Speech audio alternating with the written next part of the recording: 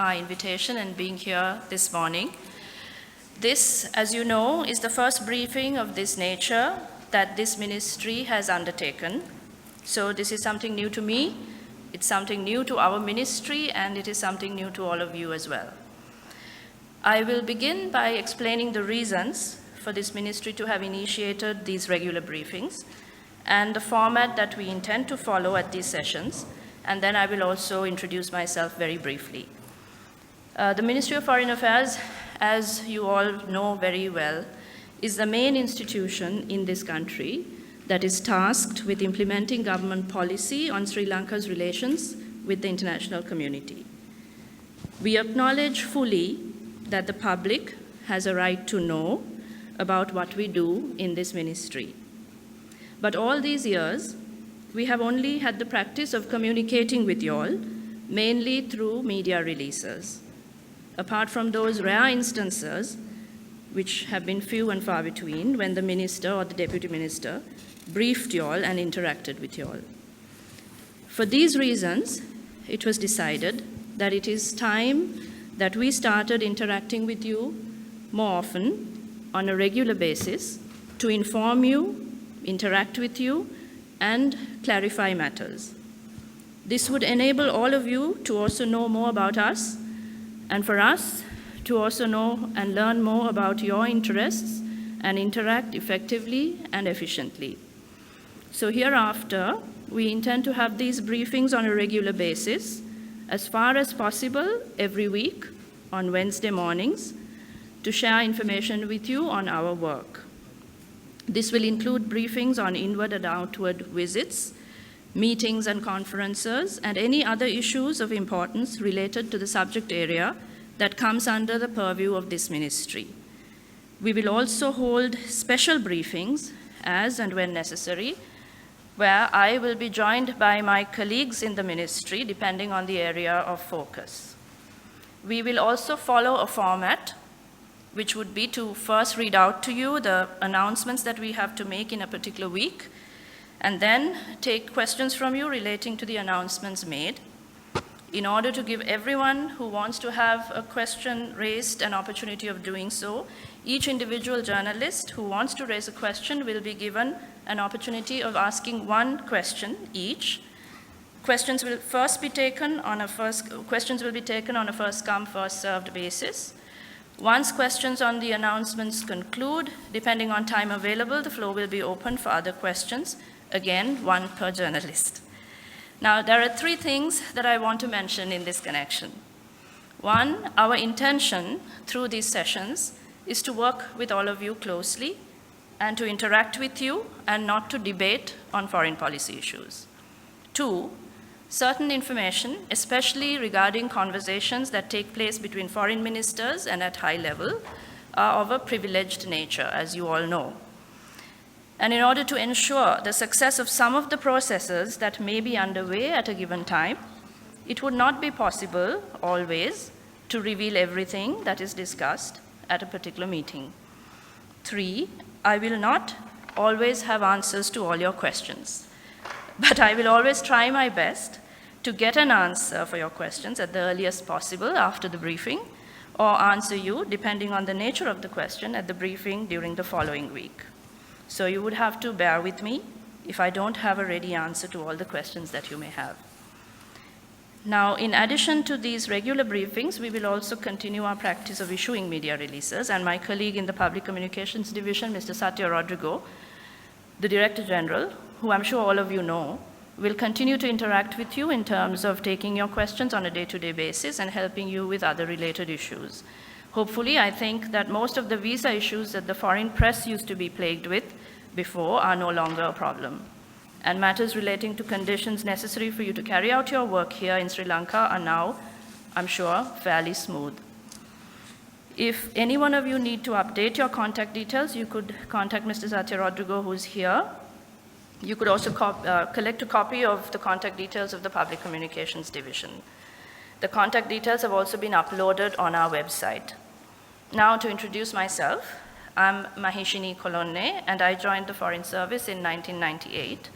Besides working in the ministry at different times in the South Asia, SAARC, and UN divisions, I have served with Sri Lanka's permanent mission to the UN in New York and have served as Deputy High Commissioner in India.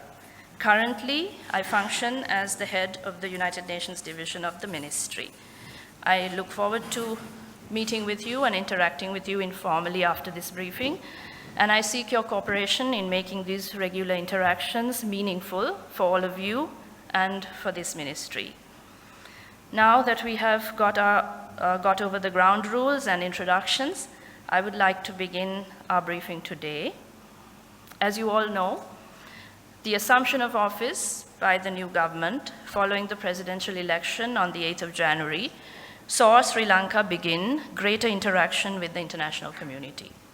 An openness to engage more, increase interactions, increase dialogue and discussions, which includes listening and welcoming ideas, as well as sharing ideas, are the hallmarks that differentiate our current approach to what you may have witnessed during the time that immediately preceded. What we have begun today here in this ministry, these interactions with you, is also a reflection of that openness to engage. You're aware of the high-level visits that have taken place during the past 4 months, both inward and outward. I will therefore brief you on the latest visit by Foreign Minister Mangala Samaravira to Germany last week. Minister Samaravira visited Berlin at the invitation of his counterpart, the Foreign Minister of the Federal Foreign Ministry, Dr. Frank-Walter Steinmeier. Minister Steinmeier had extended an invitation to Minister Samaravira during their first meeting in Geneva on the 2nd of March. As you know, Germany and Sri Lanka have maintained diplomatic relations for 62 years, and the people of Sri Lanka have benefited greatly from this partnership. The meeting with the Foreign Minister covered a range of important issues, especially how Germany and Sri Lanka can work together and how Germany could assist Sri Lanka. The talks opened the pathway to further discussions, especially to explore ways in future on how to increase trade and investment. The German Foreign Minister was keen to learn about developments in Sri Lanka since the 8th of January, and Minister Samaravira explained the steps that have been taken, especially to strengthen institutions and promote reconciliation. The German Foreign Minister hailed Sri Lanka as an important partner for Germany in the region and assured Minister Samaravira that Germany would do all it could to support Sri Lanka on its path of political and economic consolidation. There were discussions on further strengthening relations in the economic sphere and what steps should be taken in future in this regard. In the coming months, the two sides will work to plan a visit by a delegation of business persons from Germany. All possible sectors will be explored. Sri Lanka will, of course, naturally look to opportunities for investments in manufacturing, as well as opportunities for job creation, which is essential for the reconciliation process's success as well. The ministers took note that more than 100,000 German tourists had visited Sri Lanka last year, and that Germany is currently the largest importer of goods from Sri Lanka within the European Union. In 2014, the trade surplus in favor of Sri Lanka added up to almost $350 million. Trademarks of Germany in this country have been the contribution to vocational training and construction of the Ranthambhe and Rantenigala dams. Germany is now constructing a technical training institute in Kilinochchi, which is expected to be completed by early next year. Minister Samaravira emphasized that Sri Lanka could also be seen as a gateway to India and Pakistan, with which Sri Lanka has free trade agreements in place. The minister also had meetings with the Vice President of the German Parliament, head of the German South Asian Group of Parliamentarians, the Committee for Economic Cooperation and Development of the German Bundestag, and the Parliamentary State Secretary for Economic Cooperation and Development. He also addressed the German Council on Foreign Relations on the topic Contours of a New Sri Lanka. The visit also included discussions with the Friedrich Naumann and Friedrich Ebert Stiftung Foundations and exploring their return to Sri Lanka.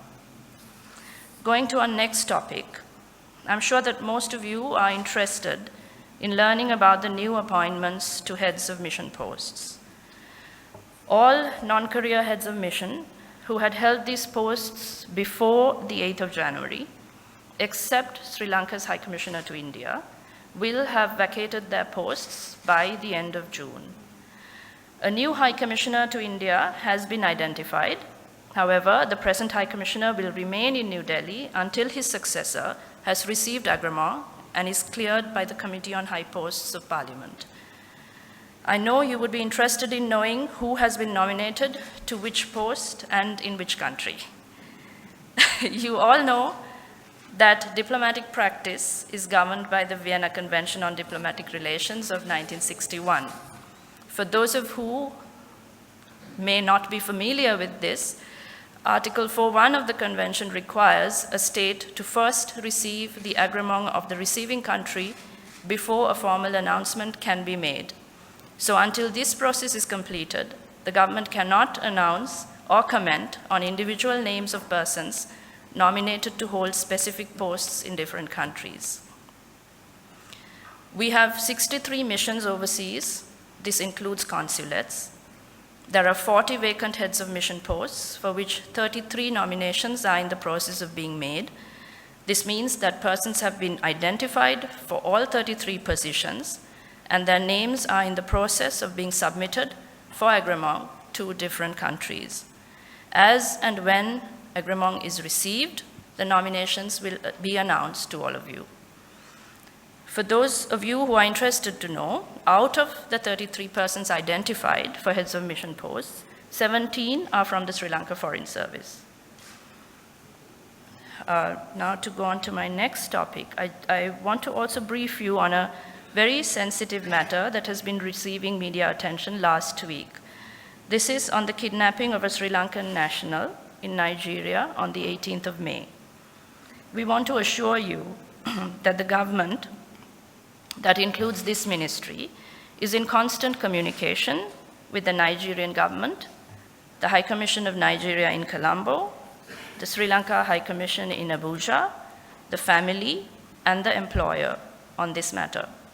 The High Commission of Nigeria has assured us that the federal government of Nigeria, in conjunction with the security agencies, is doing everything possible to ensure the safe return of the said Sri Lankan national.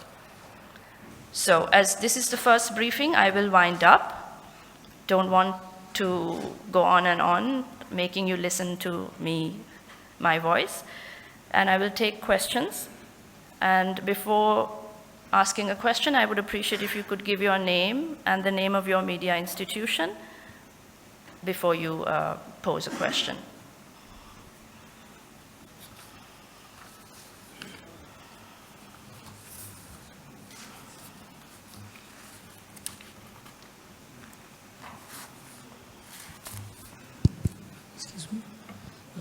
මම රිවිට පත්තරේ මොන්වන් සේනාරත්න මට පොඩ්ඩක් කියන්න පුළුවන්ද දැන් නයිජීරියාවේ කට්ටි Sorry.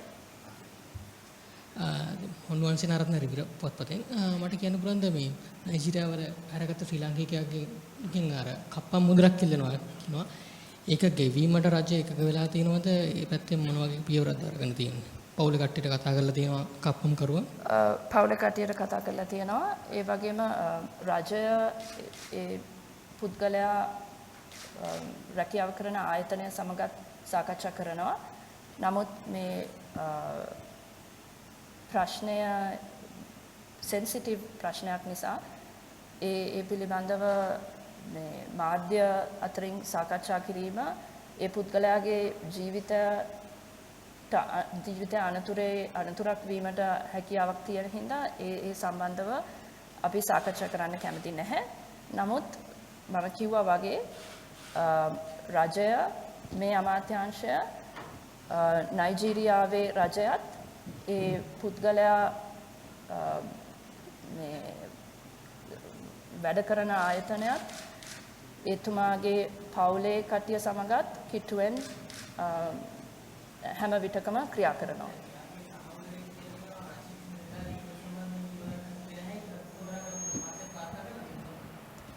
මට කියන්න පුළුවන් රජය සහ මේ අමාත්‍යාංශය හැම විටකම පවුලත් සමගත් අනිත් හැම ආයතනයක් සමගත් නයිජීරියානු රජය සමගත් කිට්ටුවෙන් ක්‍රියා කරන බව පමණයි.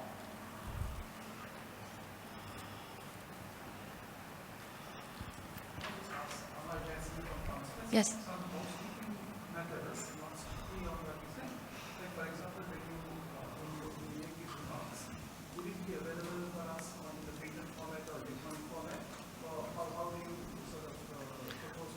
Well, to be quite frank, Kamal, we haven't really given any thought to that, but now that you have raised it, I think we will do that. We will have a transcript made available on our ministry website. Sure, including that. Yes.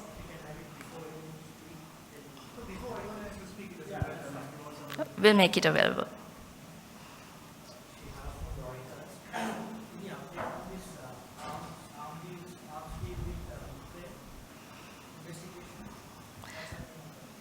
I'm sorry, I don't have a response to your question right now.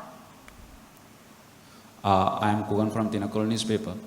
Mr. Mangalasinghe Moravira told Parliament last March that UN High Commissioner for Human Rights will visit to Sri Lanka in June.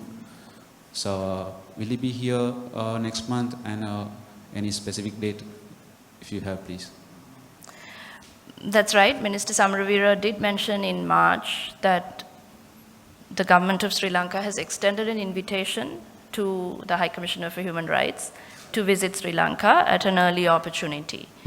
And the invitation has been extended, and there have been conversations between the High Commissioner and the Minister subsequently as well. But no dates have been identified for a visit as of now.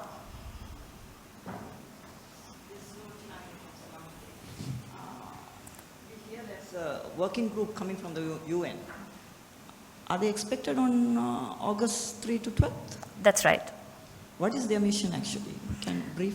Well, the Working Group on Enforced and Involuntary Disappearances is a UN committee to which members are elected, and they have been working with the government of Sri Lanka for long years on complaints received by the Commission of persons who have been missing or who have disappeared. The reasons for it could be anything. I mean, it's just the fact that a person has been missing and a complaint had been brought to their attention, and then they have been working with us on trying to ascertain what has happened to this individual. This exercise has been going on for long years, in fact, since the 1990s. So it's just a continuation of this process of working together. The invitation for the working group to visit was in fact extended sometime last year, but there was no agreement on the dates for a visit. So now finally we have agreed on the dates. They will be visiting from the 3rd to the 12th of August. And what the exact program would be shared with you in time to come. That has not been finalized yet. The program would be agreed in consultation with the working group, and that process has not begun yet. Okay. Will they continue to come? I think they'll have to continue to come visit on and off. Is that part of the... Well, let's wait for their first visit and then see how it progresses. Because they visit a lot of other countries as well, so they don't only work on Sri Lanka. That's right.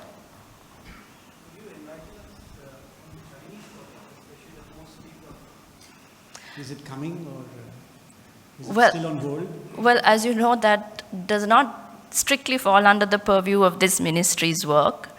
What I do know is that there is a committee that is reviewing all projects, and this project is one of them. And I believe once the committee concludes its work, they will submit the report to the concerned authorities, and a decision will be taken. But it's not something that comes under the purview of this ministry's functions, so I would not want to, prejudge the outcome or anything of that nature. පහුගිය සතියේ no fire zone DVD එක foreign ministry and president අවලා තිබුණා මේක ලංකාවේ පෙන්වන්න පුළුවන්ද කියලා සම්බන්ධ අවසර ගන්න මේ සම්බන්ධ මොකක්ද දැන් තියෙන ප්‍රචාරය? මම දන්න තරමට ෆොරින් මිනිස්ට්‍රි එකෙන් එහෙම දෙයක් යවලා නැහැ. යවලා තිබුණා ප්‍රෙසිඩන්ට් හවුස් එකට ප්‍රෙසිඩන්ට්. මගේ දැන් දන්න තරමට නම් එහෙම දෙයක් සිද්ධ වෙලා නැහැ.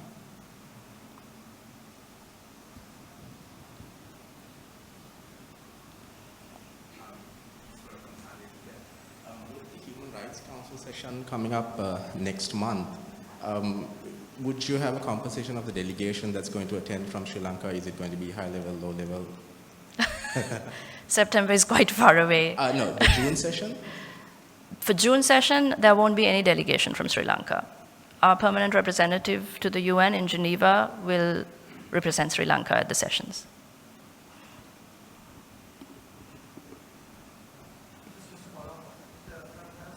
Sorted out how it's going to address this question of having a domestic inquiry, and do we know the form and shape of that inquiry? Well, the government, as you know, President Maithripala Sirisena's manifesto or the 100-day work program mentioned that the government will initiate a domestic inquiry into any allegations of violations of human rights and humanitarian law in the country. And this is something that the government also has been discussing with the High Commissioner for Human Rights. I'm sure you all know about the letter which Minister Mangala Samaravira wrote to the High Commissioner. It has been made available publicly. This was in February. And discussions are ongoing on the nature of such a domestic inquiry. And no final decisions have been reached as yet. But yes, it is something that will be done.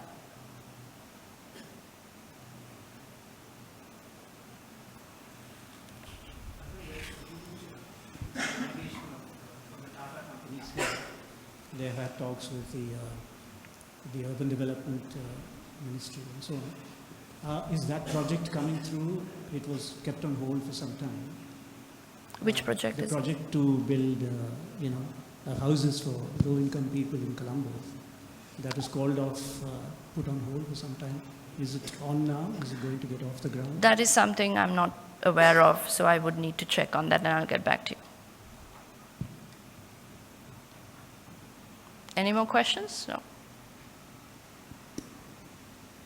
I'm Dhammika from Rupawahini. I just want to know, there are some sort of issues with the fishermen between India and Sri Lanka. Is it still going on, the talks between the high-level talks between two parties, two countries on that? As far as I am aware, there are talks that are going on, and there have been several rounds of talks between the fishermen's associations as well. This, as you know, is a humanitarian issue as well for both Indian fishermen and Sri Lankan fishermen. And it's not a problem to which a solution can be found overnight. It will need a lot of work on all sides, understanding and patience. And I can assure you that the talks are underway and they will be ongoing. If you give me one moment, I can also update you. I think from what I'm aware, there are no Sri Lankan fishermen in Indian custody right now. So, just for you, if you're interested. Let me find.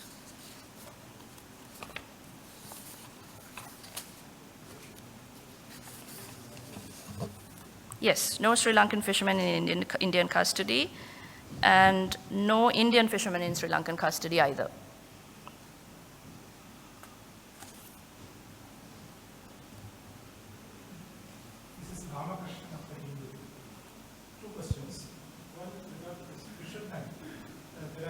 That Fisheries Minister of the Sri Lankan government has said that his government has rejected the demand of fishermen of India for 63 days, number one. Number two, and there have been requests or demands from Indian side to release the boats that have been impounded. Thank you. On the first question, I too have seen media reports, but they're media reports, and I don't want to get into speculation over media reports. And number two, yes, there are 4 Sri Lankan boats in Indian custody and 46 Indian boats in Sri Lanka custody at the moment. And this is an issue that is being discussed.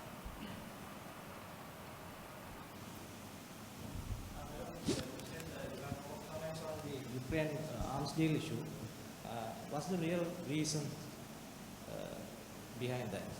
The reason for? No comments for that. No, simply that I don't have anything to tell you as of now. You don't have anything to tell. Maybe next time.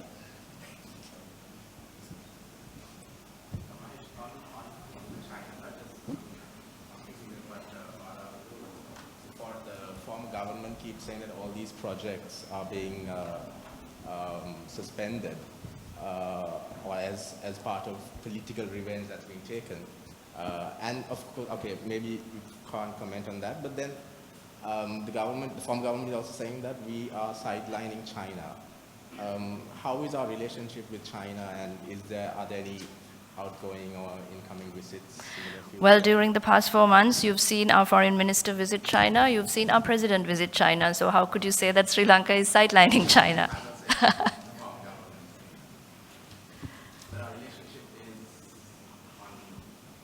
Don't actions speak for themselves?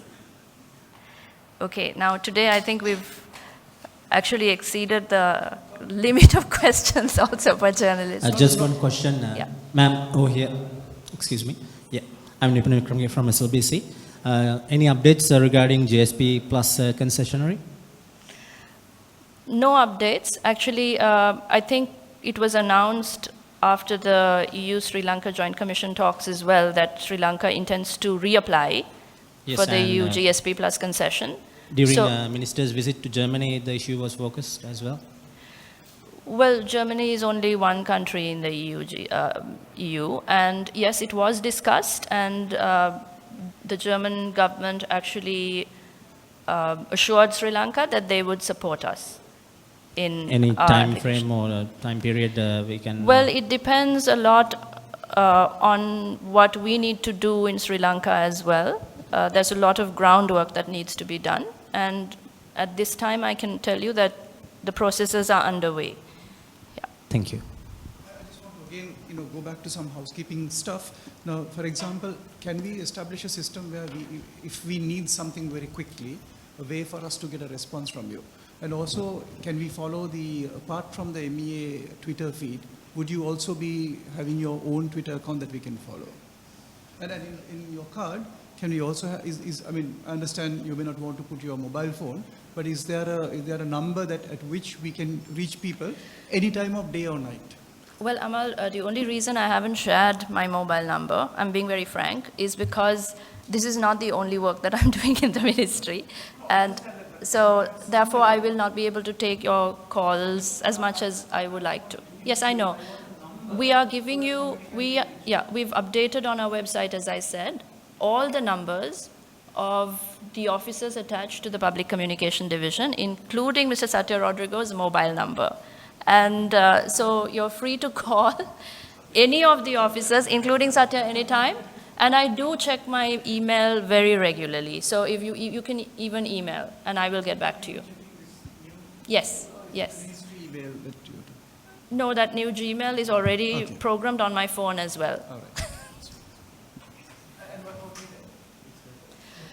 That's something I need to think about. I know what you want to know is whether I will be tweeting apart from the ministry Twitter account. We already have a ministry Twitter account, as you know. Yeah, so.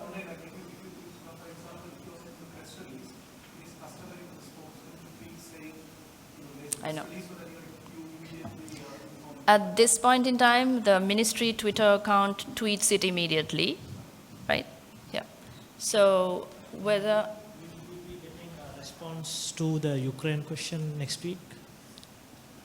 I can't give you an assurance right now, but let's see, depending on the information. And Any update? as you know, Any update, the latest? Yeah, sure. Thanks. All right. Thank you very much once again, and I look forward to your cooperation in making these interactions a success. Thank you.